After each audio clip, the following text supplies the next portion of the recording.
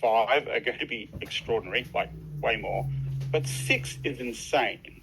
Some of the stuff that they were talking to me about in 6, the intuitive version of AI is starting to creep in. They're about a year away from having, Jen was talking about having generative agentic AI. They're about, in terms of true function, where you're going to be able to talk to your AI and tell it exactly what you want to do as an output, and it's going to start to come up with solutions for you or solve problems or create things for you. Where they're saying they're about a year away from that being a reality. That opens up a whole new gateway. And then the big gateway is when quantum computing comes around. There were some numbers floated around of when that's going to happen. There were people saying 10 years, but then there are other people who are kind of in the game saying about 5 years' time, which is much closer. When AI and quantum computing mix together, the capabilities are going to be insane.